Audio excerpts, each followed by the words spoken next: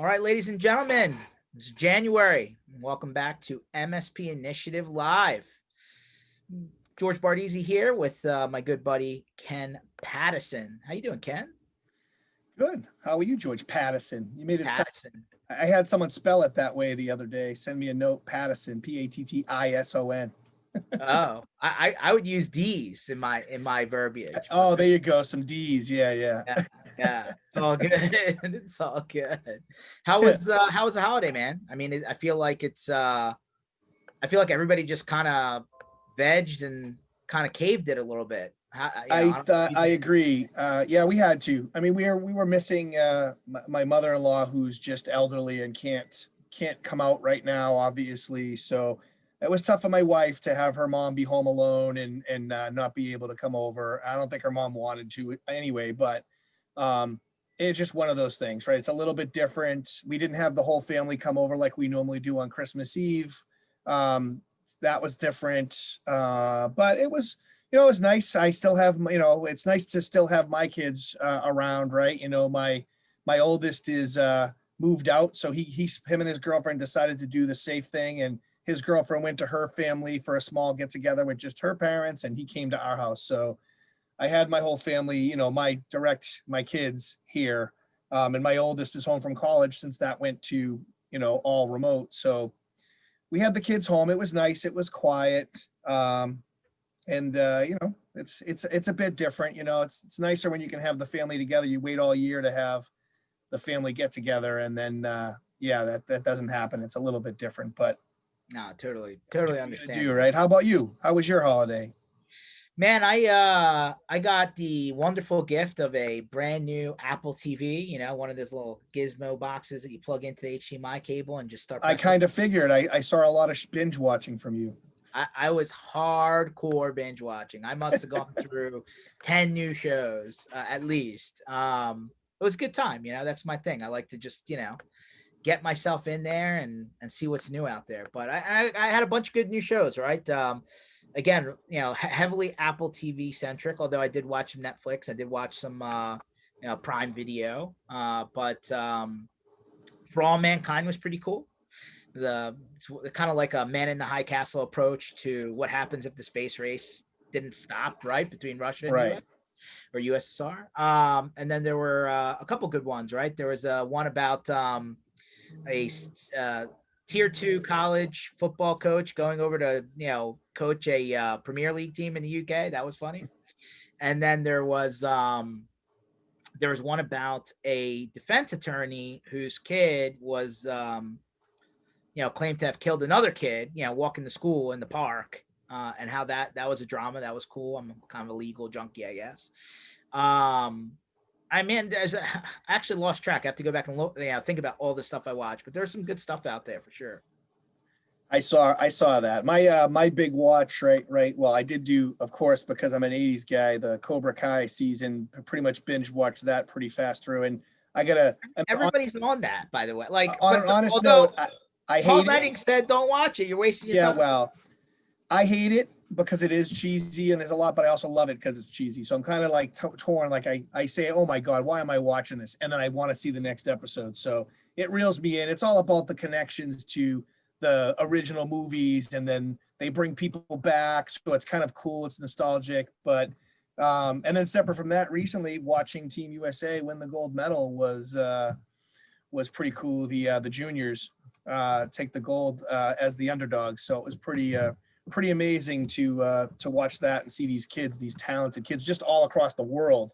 These talented kids. I mean, they're all like, every time they're talking, they're like, yeah, this kid's going to the Chicago Blackhawks. This kid's going to it's crazy. All the NHL prospects that were, across all these teams, but USA pulled it out, and I didn't think they were going to beat Canada, to be honest. Canada looked strong, but they shut them. Like Canada, it's basically wintertime, like 8 months out of the year. So they got more ice time, man. They're born with skates on.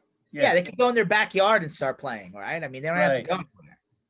It's like baseball in the South, right? When you wonder why the Northeast teams can't compete with, and from a regular baseball, obviously before college, when kids are playing baseball all year round in those leagues down the southern states, they wipe out the kids in the Northeast until, probably recently when you got bigger facilities to to go indoors and play in. But yeah, same idea, right? If you have it right at your fingertips, you're gonna have you're gonna be able, Well, I mean, I guess the indoor thing is really super popular now, right? But yeah. everybody builds a dome. Of course, now it has to be outdoor. Oh, Listen, as a guy from Philly, I like the elements, right? I mean, when it's not great, I mean, listen, you're right there in there, right? When Boston, when yep, there's 30 inches on the ground, you're not happy, but it's snow. I right. mean, I like the fact that we have seasons, although, I could probably do without I could do one snowstorm a year would be nice, but that's pipe dream. Yeah, I'm not afraid of them. The elements. I mean, it's fine. It is what it is. But I could definitely see myself going to warmer climates. Yeah, this is a guy who's shoveling in his shorts. That's me, baby. Oh, gee. Yeah, so everybody closed out their years. It was an interesting 2020. I love how everyone's like, oh, it's 2021, 2020 is not gonna happen again. I'm like, and what are you doing differently that's gonna make a difference? It's a switch. You just flip a switch. It's all done. You flush it down the toilet. That's 20. that's just a straight, that's like expired baloney, my friend. I mean, that's not Right. even, If we're yeah, going by that concept, then today is not January 7th. It's actually December 37th because, well, 38th, right? Because that's that concept of new year, new me, the whole thing. It requires action. It's not going to just change because the year's changing. I get the idea that you want to feel that way. And, gym memberships are usually up at this time of year. And, everybody's, trying to make that change. I get that. But to say that 2020, what's happening in 2020 is over the minute we hit 2021 is a stretch, to say the least. But I'm positive. I have a positive outlook. I mean, yeah, there's a lot of craziness going on in the world, right, wrong, or indifferent. But from a standpoint of where we all sit in the cloud business and the community and this whole shift that we talked about, I see still many positive things coming our way. well, I mean, listen, first things first. I mean, financially, I think a lot of people were really happy to find out that the PPP loans that a lot of people ended up getting, or I guess some people got the idle loans here in the U.S. Um, were they weren't going to be considered non-deductible income, right? Like that was going to, I guess, mess up a lot of people's tax strategies, I think. Yeah. And when that news came down, I think that, and right before the end of the year, I think that made a lot of people happy because now, you're in a better situation. So that's good. And then obviously for people that are really in a bind, right, they came out with the new stuff, right, for like round two, where you had to show, was it like 25%, decrease in gross revenue from one quarter last year, 2019 to 2020, and then you could go for another round or whatever. So the fact that that stuff's out there is good. The reality is that I think a lot of people that I talked to found out that they were their ending balance sheet, right, for 2020 was actually a lot better than they expected it to be. May have not been on forecast, but it definitely was not horror show for a lot of people. I'd say most people that I talked to, which is a good sign, Ken, because I think the technology, I think some people did lose some business, but I think a lot of people were able to maintain and or gain some ground because technology was required, to keep the ball rolling while everybody was kind of stuck a little bit. So all of that being said, kind of wrapping thought on 2020 is that I know I'm going to beat the dead horse kind of thing, but we are relevant, right? We're not just an expense. We are actually, business positive industry people, right? And if we position ourselves that way and you go in with that confidence that you can help these businesses out there, you're no longer talking about cost as much as you're talking about solutions. Now we talk about solution-based selling all the time, but I think 2020 really hit home that technology is no longer just a toolbox thing that you're trying to reduce costs on as much as possible. It's got to be something that's baked into the strategy, whatever your business. It's essential, right? That was the big fight about essential workers, and listen, without MSPs, there would not be any business. Let's just put that straight out there. And one really positive thought from 2020, George, as I was looking, we kept talking about, a lot of people did really well. Some people were in the middle. There were people that got, broke even and maybe even lost some money in this. And we get that. But out of the people that we talked to, through the Channel Strong tour, through just community calls, all that stuff, I did the math on what we heard, and the average was a 15% growth. That's pretty amazing considering what people were thinking, right? Now, of course, that takes some people that have completely exploded and had some great year. And then there was the numbers where some people broke even, right? So there's that, it's an average. I'm not saying everybody, killed it, but when you look at overall of how many people we talk to and come up with 15% as a number, that's a positive outlook on, now we can say, okay, we finished 2020 with all that happened. What are we going to change in 2021 to make it even better? Where were those areas? Was it really just because of COVID that we had some lows, we had some hiccups, or were there things that we could have done better, right? And I think we talked about these on a number of these shows, right? Picking the right verticals, not just having one vertical, have different verticals that you can specialize in. So when a vertical such as hospitality goes down, maybe verticals such as, which I guess is now big, is the marijuana industry, right? Seems to be taking off, and I saw that. Yeah. Amount of support, right? An ever growing industry, the marijuana. Right. It is what it is. So from that standpoint, I think let's not look at the things that are going wrong. Let's look at the things we can change, the things we can make better. I think that's going to be the overall theme for 2021. No matter what hits, can we make our companies, can we proof our companies from COVID, from recession, from whatever? Sure. Now it's interesting that at the very tail end of last year, like a week ago, we ran into all of the never-ending security news, right? From a cybersecurity standpoint, right? Even as much as so that Microsoft, kind of got in the middle of it and started doing things on their own because even they were affected. What do you think? Like, I know security seems to be like the first or second thing people are talking about in IT land.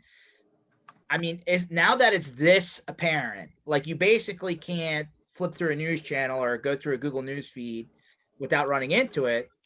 I mean, this has got to be a beginning part of the conversation with prospects, right? Oh, absolutely. It should be the lead now, right? The two things, right? Working from home, and how do you secure that, right? I mean, they're and secure it all, right? Those are the two biggest things we're seeing everywhere. Hey, guess what? It's not over just because we went from 2020 to 2021. Everybody's not going back to the office. And I don't think everybody will. I think we talked about this. I think it's going to be a hybrid. People are going to be allowed to work from home in certain situations, and that's going to still need to be protected.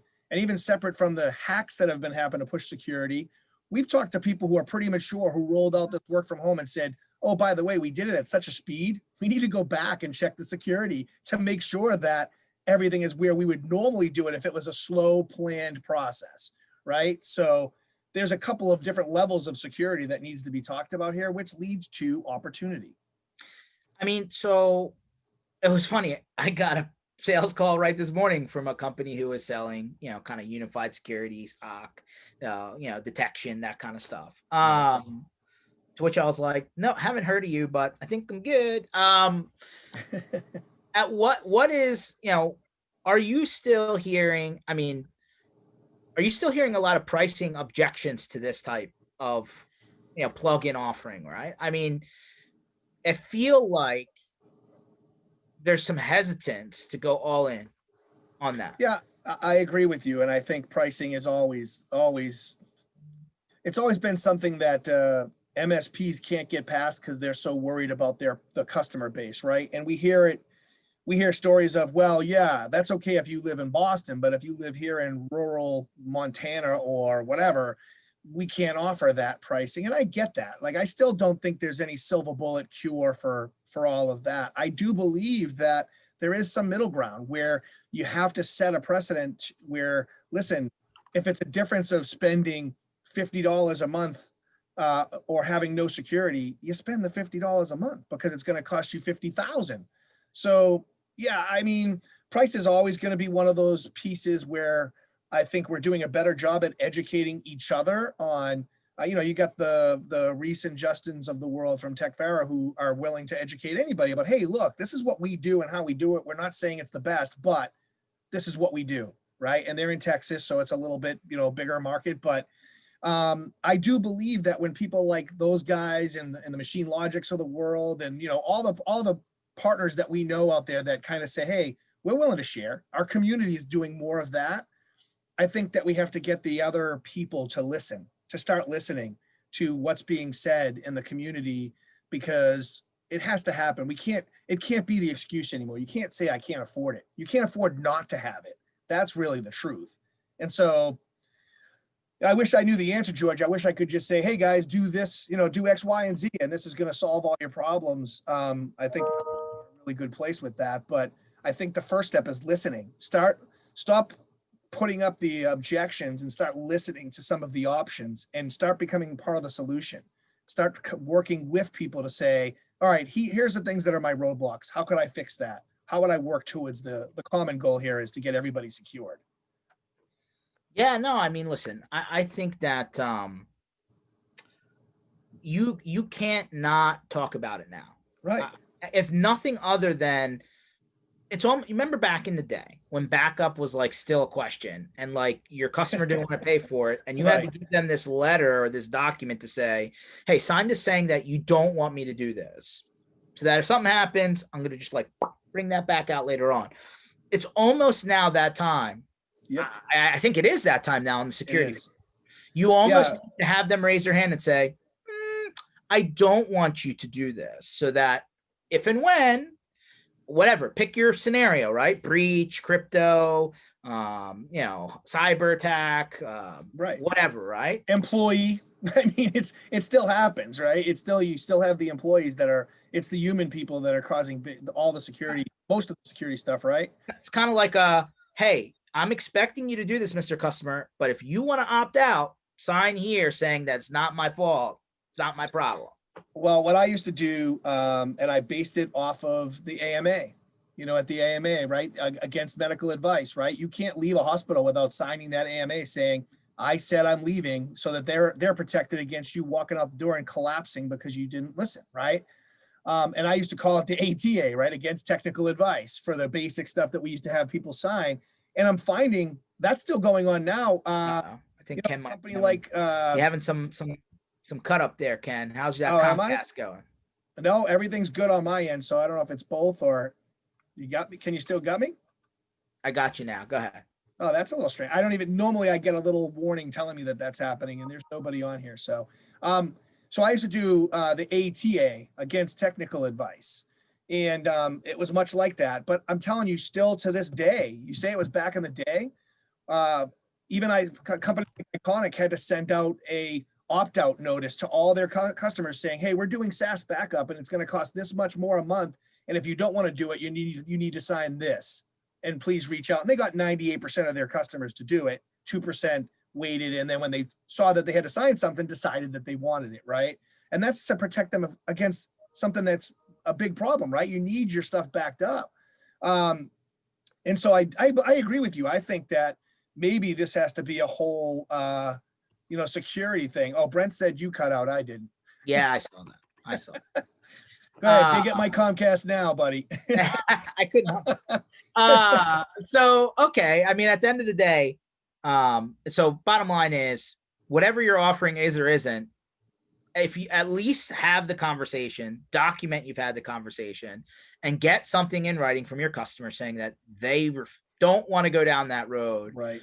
So that you cover yourself. I mean, George, just real quick too, for anybody listening to this, if you guys want an example of an opt-out, let me know. Reach out to George. I'll get it to George. I wouldn't say just put it out there. Let your lawyers look at it from a legal perspective, but it works it's a straightforward thing. It's not a binding thing. It's just saying, hey, I offered you this, and this is against our advice, so that they don't come back at you. And I was just going to say, I mean, we'll have Brad Gross back on shortly, but next week or two, hopefully. But I mean, he's always saying, make sure your MSA has been monitored. Like if the last time you've looked at your contract verbiage was 2, 3, 4, 5 years ago, get it. What's the right word? Retooled, right? Right. retooling. I wouldn't say 2 years, George. I'd say a year. With everything that's going on, every year you should probably review that. This is true, but I'm like specifically on the security tip, right? Yeah, Like it's yeah. gotten bigger and you need to make sure that it covers you, as well as I'm sure everybody's already looked at the pandemic clause and all that other stuff. Right. Yeah, everybody's been talking about and all that, whatever. Just make sure that you check that box. That's it. I mean, so between making sure that you're covered on your contract verbiage from a liability limiting standpoint, and hey, just if anything, CYA, right? Hey, Mr. Customer, you didn't want to do this. We talked about it. This and sign here, or Well, reply plus, back. plus, George, yeah, and plus, I found when I was doing these things, especially when I started doing like DRBC back in the day when they were really expensive, right? Nobody wanted to do it. They thought it was the easiest thing to cut out because it was, however much a month. When I did this, 95% of the people signed it because they were like, wait, this is on me if there's a problem? And it's like, well, yeah, why should it all be on me? I'm recommending you do it, but if you don't, sign this saying if you have a backup and you lose your data, you can't come back to me. 95% of the time they'd go push back and go, okay, hold on, let's talk about this again. And then they would actually make them do it. So it's not just a CYA piece. It actually does help some people get pushed in the right direction. And I know sometimes MSPs feel like, oh, I don't want to force stuff on. You have to. This is the stuff where we're not selling them used cars. We talked about this before, George, where, they drive it off the lot and, some buttons fall off or the transmission goes, or we're actually giving them something they need. This is something they need. So we're not selling something and pushing stuff on them that they don't need. This is stuff they need. So it should be easier for us to be able to say, guys, sign this letter, sign this note, but this is something we won't do. And in some cases, honestly, where security is involved, I'm not so sure I want to do business with companies that don't want to do that, because that's. Well, I mean, this actually brings me into another topic, which is take a look at your cyber coverage, your business insurance coverage, and make sure that you ask your customer for maybe a copy of theirs as well, because a lot of the verbiage that was put in place to make it Swiss cheese may even be more problematic for you now, right? Meaning like, hey, like words like best efforts, industry like all of a sudden what does that mean, and who sets those, standards that you have to follow? So double check yourself, double check your customers. Remember, your business insurance covers you, not your customer. Your customer should have something covering them. So, make sure that you don't, find that out after there's a problem. Right. Well, and if your ducks aren't in a row, it doesn't matter what you have in place. If your customer gets hit and their stuff's not aligned properly, it can still come back on you. Yeah, but they're gonna, but in order to get access, they have to sue you, right? In order for your insurance to kick in. Right. Probably not the best situation. No. I'll bring up a new, another topic that's interesting. I saw it out in the wild the other day. What are I'm starting to see it now, right? And you see it a lot in the vendor space, but it's definitely something to bring down to the MSP space. Starting a little customer advisory, panel or council or group, right, of your customers, so that they can, number one, feedback. Number two, you can bounce some of this stuff ideas wise off of them, and get that, kind of get some of those guys in the mix, right? So that you have somebody to lean on, and then also having somebody that you can, customers that you can use to help either with other customers or with prospective customers, right? Because like, hey, sometimes, it's not that they don't believe you, but reinforcing the story on the other end. What do you think, Ken? Yeah, it's a no-brainer. Yes. I mean, that's, you know what I mean? We've been doing it. PAX8's done it for a little while now, and it's gotten bigger. Clearly, the community's gotten bigger, and it's definitely something to manage when you have a larger group. But the bottom line is, a lot of the things that PAX8 are doing are directly driven by the advisory board, by those partners, because they're the ones that are going to use it, not us, and they're the ones that have to live with it. So, when we put stuff out like PAX8 Pro and people go crazy, it's like, yeah, guys and girls, this was pushed out by you, by the MSP. This was all driven by MSPs like you, and it's not perfect on its first iteration, but guess what? It's going to get better because of MSPs like you. Agree with you. I think this is something that we could do as MSPs to our customers as well. I always say, we talk about how things that are good for the vendor are good for the MSP. Well, this is one of them as well. if you're worried about how you're going to sell to your customers, take a glimpse at what your good vendors are doing for you. They all have advisory councils. They take your feedback and they apply it. Those are the things I always used to look for in a vendor. Oh, I gave them some feedback, and 2 months later they were doing that. Your customers will feel the same way if you're getting feedback from them and you actually make changes based on that. I mean, most of those customers will never leave. I don't know. I'm sure, George, you have had similar situations where you've, brought some feedback in from them, but having an advisory board, while I will say, I know some of you will say, oh, I can't even get my people on the, these customers on the phone to talk, they're busy, blah, blah, blah. But if you make them feel a part of something and it's a lunch, a lot of them will maybe do a lunch and you can sit down with them and say, hey guys, I was just about to Yeah. say, have a plan and make it a little bit structured and let them get some love out of it, right? You'll give them some nice swag, some food, some, obviously once things open up a little bit more, right? You get people together, right? That kind of Right. stuff. But they feel a little bit empowered. They feel some love. They're willing to open up a little bit. And then I'm going to tell you right now, I know a lot of people in the past were scared to put their customers together, right? Because they're like, whoa, did you have a problem?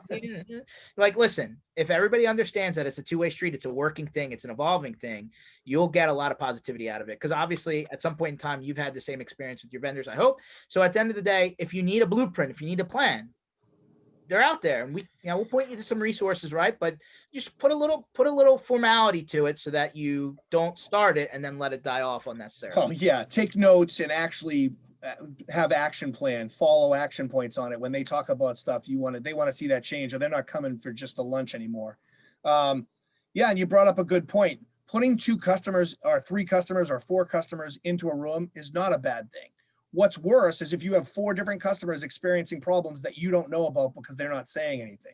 When you get them in a room and they say, oh, I'm having that problem too, there's a resolution. There's a chance to fix that problem. And that's something we often forget about. It's like, oh, I don't want them to talk about problems. Well, yeah, you do. The only way to fix a problem is to know about it. And so getting them together and finding out what's not working and then showing them that you're willing to fix it, that's something that a lot of other MSPs are not doing, or other providers, or whatever you want to, whoever they're talking to. That's what's going to separate you from the other MSPs. So I agree with that 100%. Yeah. And so another thing that I saw, crossed by the wires is, really going out of your way to finding a way sometime during the year. Like, and again, I understand we're still on the tail end, depending on where you are, of a lockdown pandemic. Hopefully it opens back up. Yeah. Plan sometime this year to put your people together. Like, actually plan, different people call it different things, right? A summit, an outing, a kickoff, a something, right? If your people have all been working remotely, and a lot of them have, plan to get them together, even if it's for a day, 2, a weekend, a night, an evening.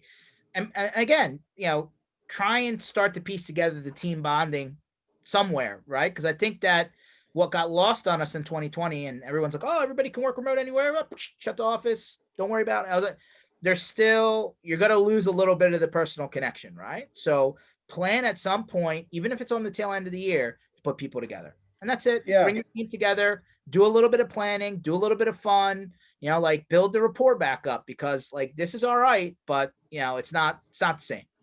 Yeah, and it's not just building rapport. Rapport is important, right? Your culture is everything for your business, right? Your culture has to be that of every single person in the company would go through a wall because they know what you're building towards, right? You're all on the same page. That doesn't happen just by hiring somebody and giving them pay raises and giving them whatever.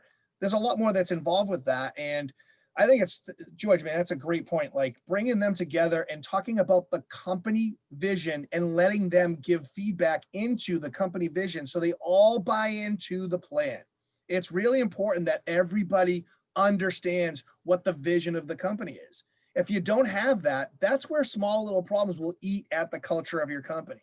You may not think it as the owner, kind of running around doing your thing. Oh, everybody's happy. Everything's coming along. Meanwhile, Johnny and Sally are having a conversation about how you'll take on any client, or you'll, whatever it may be. You have to get their feedback and have them buy in. And I highly recommend EOS solutions like Traction. We know that a few of our MSP friends are using Traction, and even the mature people are saying, I jumped into Traction and found so much wrong with my business, my model, things were just not pieced together properly.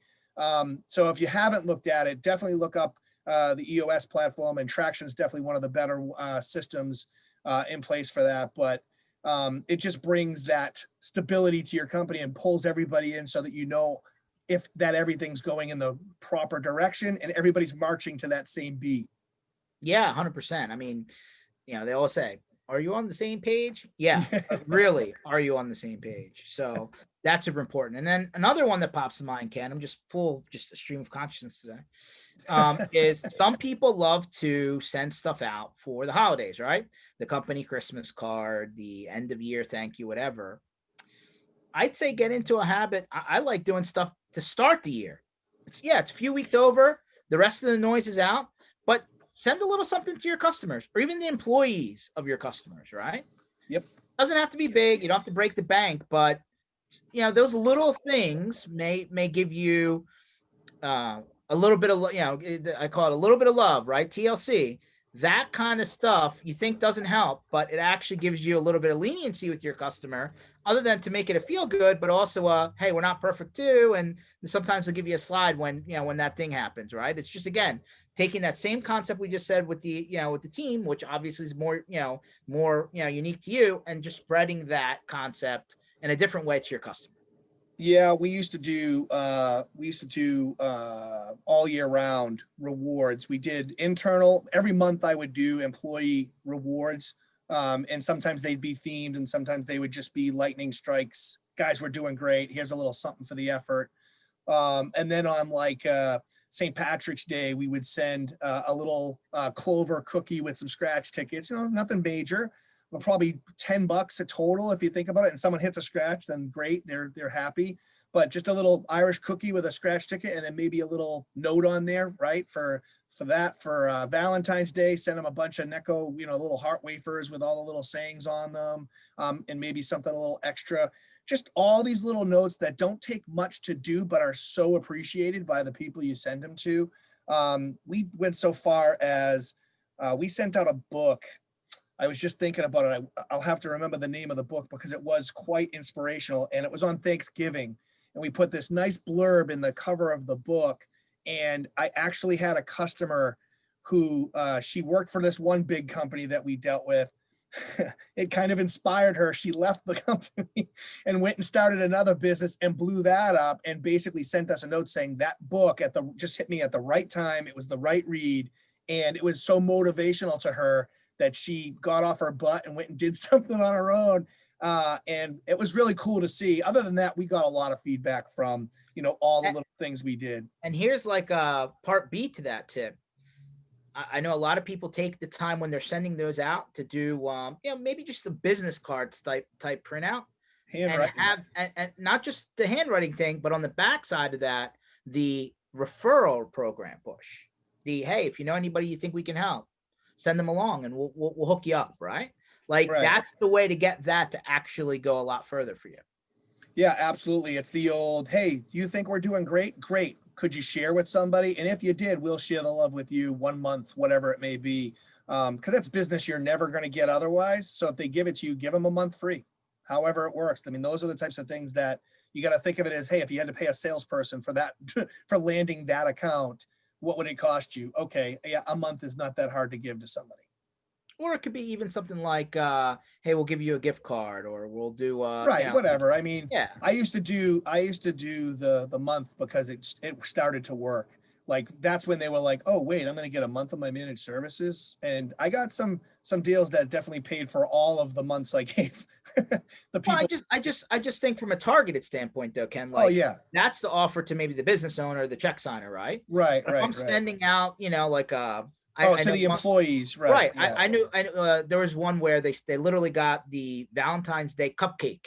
They literally sent a single cupcake out with a little thing on top, and then they mailed it to, it was like a $2,000 investment, and then they have a little card underneath, and a little thank you, and then on the back end there was that referral play, and now you're compensating maybe the downstream employee past the actual check signer. Yeah, no, that's awesome. That's a great idea. Yeah, there's so many ways, so many simple ways to make somebody's day, and it can be rewarding just by making their day. But then on top of that, they turn around and give you a referral, or they just think that you're great. That just helps the overall effort.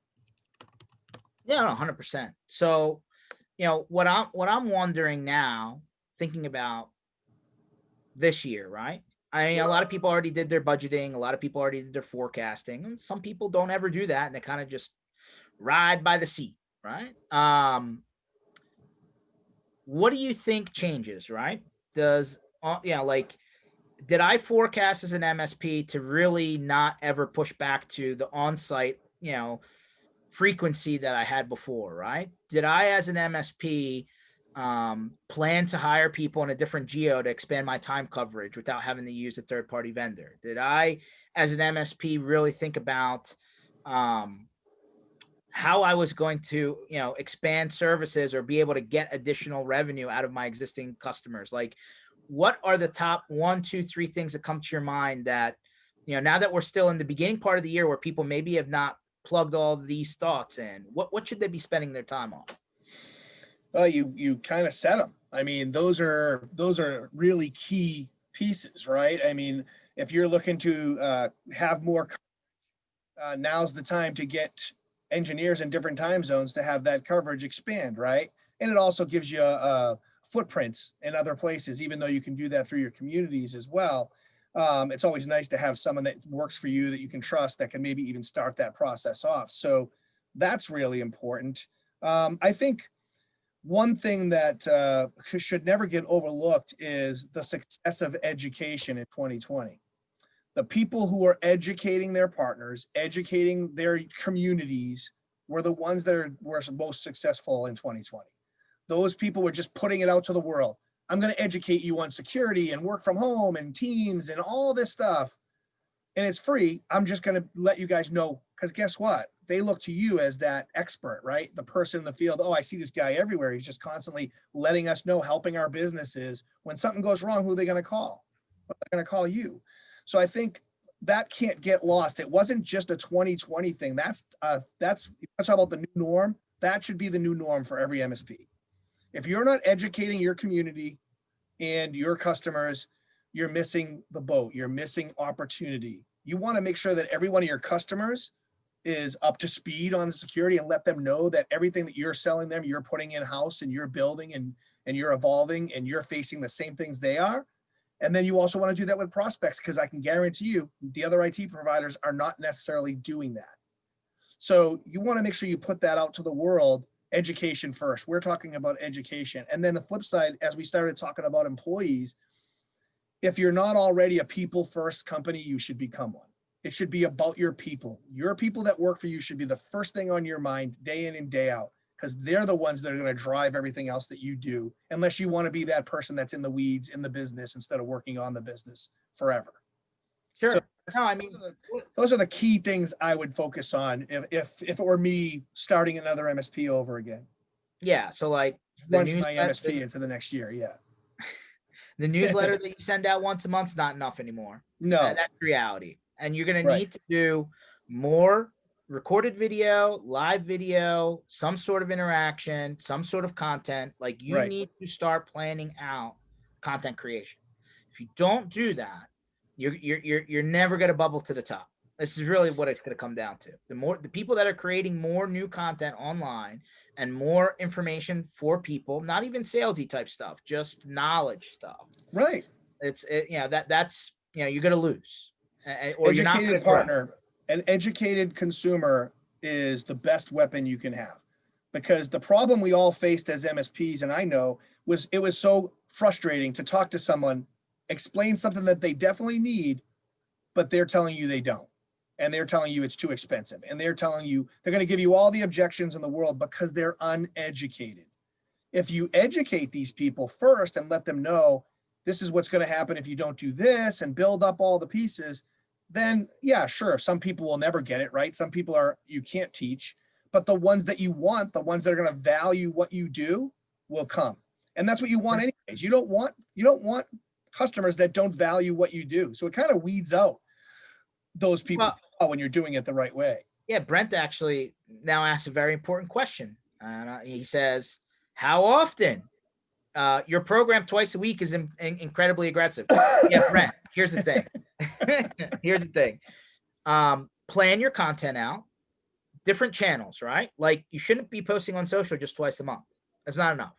You should be posting on social at least 3 times a week minimum. And even those might get lost in the sauce. Did I expect you to create videos, 3-4 days a week? No. Maybe you pre-record these guys and you send them out, a couple times a month. Like you can package your content in different ways, but you should be doing some sort of content between social, between videos, between outbound email, between, even mailers, whatever it is. You should be doing some sort of you should be doing 5 to 7 pieces of content a week. I'm not saying it has to be 5 to 7 of these live videos, but you should be doing 5 to 7 pieces of content a week. And I'm going to tell you right now, there's a lot of good marketing companies out there, and they'll help you put the plan together.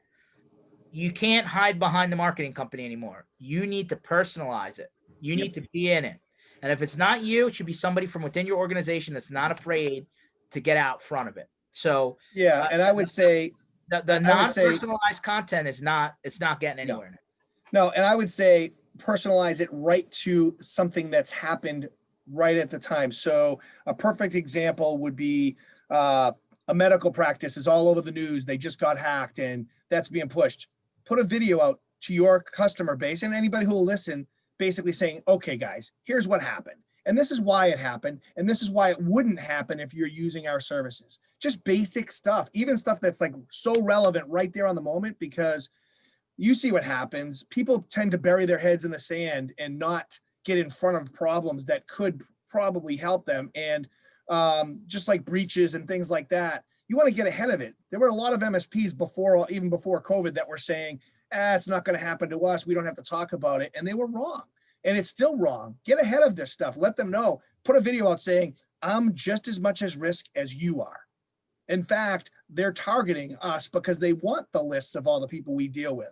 This is how we're getting ahead of it. This is what we're doing in-house. And oh, by the way, the things that we use in-house are what we're putting in your businesses as well. So just being out there and saying straight out, are we 100% protected? No, no one is. But we're doing everything possible to make sure that the layers are there so they move on to the people who don't have those layers. And we're going to do the same for you. So keeping it relevant, having it real. George, the idea of pre-recording is fantastic because you know how busy you guys get. So, take a day and record a bunch of videos that are relevant, just educational tips on Teams, tips on whatever they're using, any software they're using. And here's a tip. Let's say you do an hour-long recording like this. You can chop sections of that recording out and then push those out separately too. It's okay to do that, and that's not a bad use of your time. So, whatever it's worth. I like Brent's post. Yeah, personalization is what I do, but only in a monthly newsletter. No, he's afraid of the cranky, warped person he is. I love that. No, hey, listen, Brent.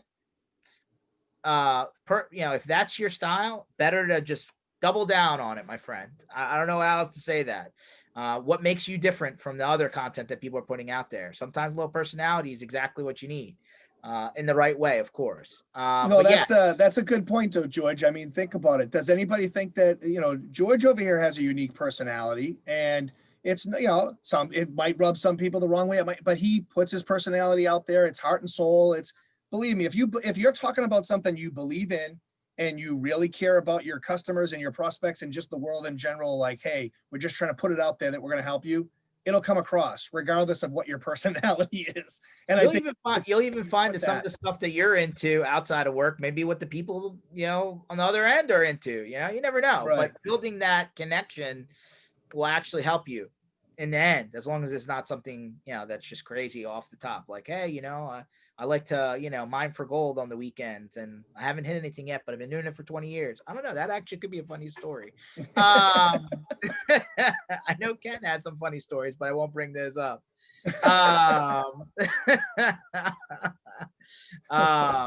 But anyway, yeah, actually Brent sent out, he sent over your newsletter. Yeah, we'll check that out. We'll check that out, Brent, but that's good. I like that you're deep into it. The problem is that your newsletter may only go out once a month. So you need to take that. It's okay. Let me give you a tip on the newsletter. The content you're creating for your newsletter should go out on different channels all throughout the month. And then it's okay to do the email newsletter at the end of the month to consolidate everything on that. But that's more of the, hey, just as a reminder, here's a second pass of all of that in case you didn't see it. So you need to make sure your content gets out there more than just once a month. I can't, that's my best advice for sure.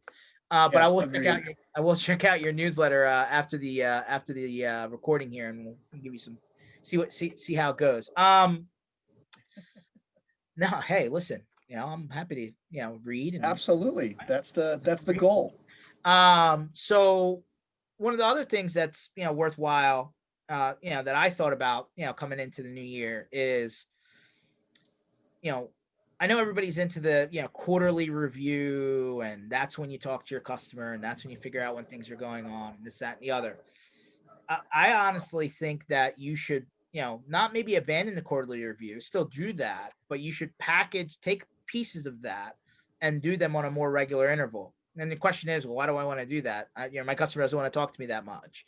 The more that you understand, like this year, I think is still very critical because we still don't know how things are going to go, to have a better finger on the pulse of your customers so that what you need to do in case something goes out of whack, right?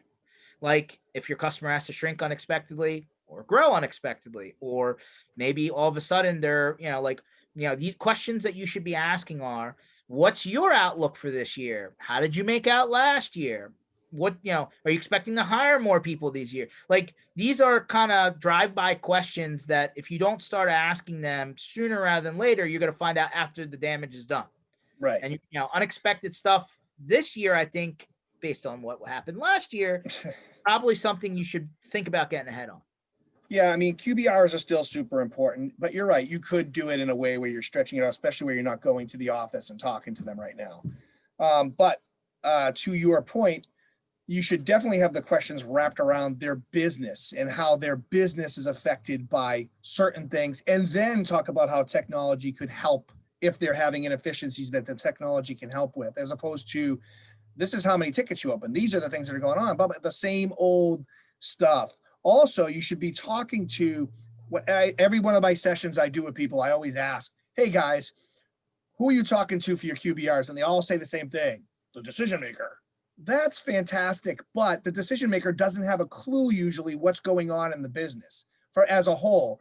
You should be talking to key members of the team first, people like the office manager, the accountant, the warehouse manager, people who are out in the space, and then bring that back to the CEO. And you can still ask the same question. Hey, how's everything going? Oh, it's going great. We haven't had any issues. Well, actually, Susie out in the warehouse says her computer is having some strange issues. Then you can bring that to them. And then the CEO or whoever the business decision maker is now saying, wow, okay, these guys are bringing value here. They're actually digging into stuff. And then when your questions come up for them, the question should be wrapped around the business first. Okay, so when Susie out in warehouse gets held up for a half an hour a day, how does that affect the business? Okay, let's talk about solutions that make up that cost, because that's all they care about. Well, how's it going to affect me? Big deal, Susie can't work for a half hour. Well, it turns out it costs you $10,000 to have Susie off the clock for a half hour. Okay, now when you find that out, the solution is going to probably be much less than that, and they're more apt to say okay to that solution. Well, and this is, and to piggyback off of this, by talking to the internal champions, you call it, department leaders, right? Yep. Internal, kind of directors, if you would, of the business. Two things that are worth asking. One, what technology objectives, or what are their business objectives that technology could play a part in for this year, right? You're asking the same question to the person underneath the check signer that because again, maybe they don't they don't have the background to ask that question in the way you're looking at things. That's number one. And number two, kind of get a feeling from them on, what their situation is, like what they're trying to do, within their own teams and what they're planning to do as well, right? You're kind of getting that second, next level information underneath of just the top person, right? And that way it helps you kind of strategize differently when you're, like almost like hey, here, fill out do you have any IT wishes? That's another one, right? Another way to present it, right? For 2021 that you think we can help with. And sometimes these people have asked the guy at the top or the person at the top, or sometimes they're afraid to ask. That happens a lot. And you are coming to them as the advisor. All right. Hey, I talked to your people. We had this, that, and the other. We got to this, and I just wanted to present it to you and see what your thoughts were. I wanted to, see if we could help with these things. The worst thing it can do is say no. Right. If you're not doing your job, though, if you don't get the no, that's the thing. If you don't know because they didn't tell you, that's not the best way to go about business nowadays. You have to ask. If you don't ask, you can't get, right? That's right. If you don't ASK, you don't GET. Exactly. So another one that's popped up and it's worth talking about. Now we're in the kind of final stretch of today's call. I know Reddit's probably not my favorite place, or Facebook for that matter, but Facebook more than Reddit. But a lot of people are popping out. I saw a couple of people say, "Hey, what are you planning to do to like learn new things this year in terms of what's happening, what's not happening, what's virtual, what's in person?" I know we keep on circling around this topic. Generally speaking, we're hearing from all of the people out there, right? If you're in Europe, you're kind of the same boat as North America. I hear things down in Australia and New Zealand. If you're in those areas and watching this, these sessions, are you're already talking about getting back together in person Q1 here. But generally speaking, for everyone else, we're hearing Q3, Q4, right, Ken, for in-person stuff? Yeah, that's been the that's been pretty thick too. It's not been a even by a slim margin that some people believe it's going to be quicker. Not very many people think we're going to be doing much in Q1 and Q2 as far as large events and in-person events in general. That is definitely the theme that we've heard on all, the community calls. We've heard that talking to partners directly. That's pretty much I don't think we're going to be doing too much from the event standpoint until after Q2, maybe a little bit, into Q3, depending upon. I mean, we'll still see a lot of the virtual stuff, and absolutely. I don't know if everybody slept off that yet, but or will. But at the end of the day, like, and again, I don't want to single out anyone, right? There's a lot of regional events, there's a lot of smaller events, there's a lot of medium-sized events, and then there's the big ones, right? The ones that everybody usually had circled in the calendar. If you were going to do one trip a year, you're going to go here. But my fear is that a lot of these events that got canceled from last year, and those vendors had to reschedule those hotels, and a lot of people, like, they're in the same boat as everybody else, right? To try and shift stuff. If it gets all smushed into 2 quarters, 6 months, you're going to have an overload of options. So yeah, it's going to get interesting if that happens too. We also, like, nobody has a crystal ball. It's like there's 2 camps, right? It's either going to be the first big event's going to either be packed because everybody can't wait to get out, or it's going to be dead because people are still afraid to get into a big crowd like that. So that's been the division on that. It's like, hey, Q3, maybe the end of Q3, a large event pops up. They still do it. They had some planning behind it. Will everybody show up? Will it be the biggest thing ever because people are so sick of being home? Or will it still be kind of not that many people because people will still be, I don't think that I don't think that the vaccine's helping, and whatever it may be, people will still have in their head that, hey, I don't want to go to an event that's that big. So that's the big question. What will happen when the first big event comes? I think everybody knows by now, George and I will be there, but I don't know what the full turnout would be. And I wouldn't even be able to give advice if someone asked me, hey, if this popped up, should I sign up for it?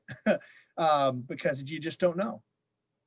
Well, I do think it's like a lot of people are, have their friends in the industry. A lot of people are participating in some sort of, whether it be formal or informal peer accountability group, or just buddies, right? That you've met up at past events. Figure out, like, if you're not going to just go on a vacation which some people use these events to do, I think. Yeah, that's true. Talk to your people and circle the ones that you think you're going to all benefit from going to together. That's not a bad idea. That's how I started the peer groups that got built up in the channel. But now the channel company calls them the MSP meetups. That's how that got started. We realized we were all at the same events. We were running around like crazy people, and we started saying, "Hey, while we're at these events, let's get together and have our own MSP forum." So that's how that all started. Actually, was we started realizing that. But it's good now, where there may not be as many events, to talk to the people that you do know that you would get together and probably have a.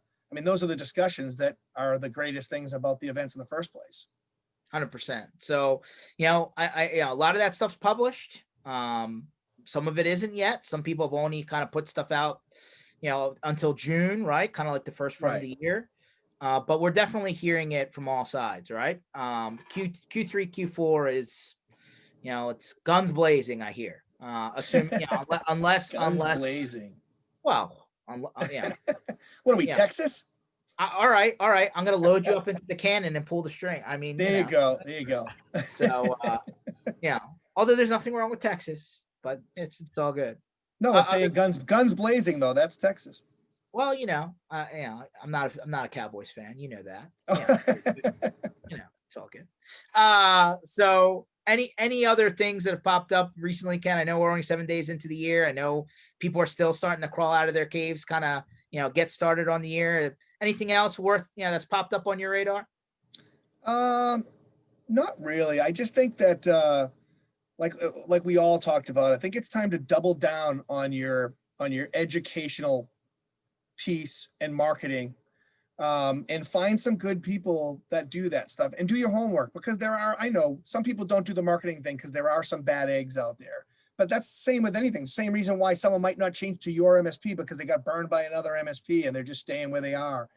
Do a little homework, talk to your peers, talk to people who've had success, and then ask them if they mind discussing those successes and see if it lines up with you. But I think doubling down on marketing this year, especially making it educational, is going to be just as important as it was back in April and May when some of the businesses we talked to did that and blew up. I think that's still, I don't think that's something that everybody should be considering moving into this new year. Stay with the education, keep moving forward with that, and then and be a little bit more open to new ideas, because I think one thing to us in a meeting a couple weeks ago was MSPs are really the inventors of the world when it comes to this part of technology. And I think that I've heard that, and I'll give Tim Choquette all the credit in the world because he made this statement. He thinks something big could come out of us as a community pulling together and coming up with new ideas, instead of letting other people bring the ideas to us and then us test it. As MSPs, because we're just a bunch of smart people, or you are, I'm not an MSP anymore, but I still consider myself one. I think that comment really struck home with me, that Tim said, hey, if we all got together, put our brains together and started doing something for the common good, something really big could come out of it. Absolutely, 100%. So I know we're coming up on the hour. Brent, got your message. We'll absolutely get back to you on your newsletter. And we're back in session, right? We're back on the path. You're gonna start seeing us. We're gonna start bringing some smart people on, start doing a couple panels. You'll be hearing from a lot more MSPs this year, as well, right? Because we kind of want to bring some of what we did out on the road online here, right? So you can kind of hear how people are doing and what people have come up with, and kind of stir up that thoughts for people. And happy to announce that we're also going to get back out on the road this year. We were successful twice last year, in August and October, and we have 4 planned this year. To keep it outside, keep it safe, get back out on the road, regionalize it. I think we were a little bit ambitious on round 1, 7,000 miles. So we're gonna like circle certain areas and stay there. Brent, we will be in California. This year, probably not in the first 2 quarters. Maybe when it's a little safer, we'll get out there. But we definitely have already circled the dates, started booking stuff. We're gonna, Q1 here is gonna be Texas and Florida. So for anyone in those areas, expect to see us towards the end of Q1 in your parking lot, because that's usually where we end up. So anyway, thanks everyone for watching. We're happy to be back. Hopefully, you're already off to a good start this year, but listen, do something different than just waiting for things to happen. Make a change. Plan ahead. Do something different than you were doing before, so that you don't repeat 2020, because that's what's going to happen if you do. Ask your peers. Ask your peers. Don't be afraid to talk to other MSPs. That's where I got most of my information before I blew my MSP up. And we will see you back here Tuesdays and Thursdays, 1 o'clock Eastern time. Of course, these are all recorded. We just launched a brand new MSP Initiative website where all of these and past videos are still available. Go back, rewind, fast forward, and just hear me and Ken banter. So appreciate you, and see you on Tuesday.